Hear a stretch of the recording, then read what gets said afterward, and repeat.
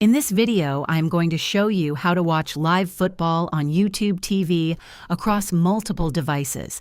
If you're looking to stream games seamlessly between your phone, tablet, or TV, this guide will help you switch devices without missing a moment. Let's get started. YouTube TV allows you to stream on up to 3 devices simultaneously, making it easy to watch live football on multiple screens.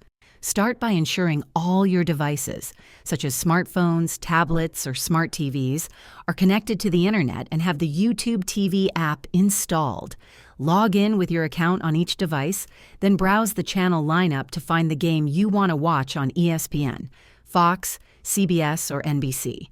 You can pause the stream on one device and resume it on another by simply opening the app and selecting the same channel or game. The Cloud DVR feature also lets you record games for later viewing on any device. If this video helped you learn how to watch live football on YouTube TV between devices, please like and subscribe to the channel. Thanks for watching.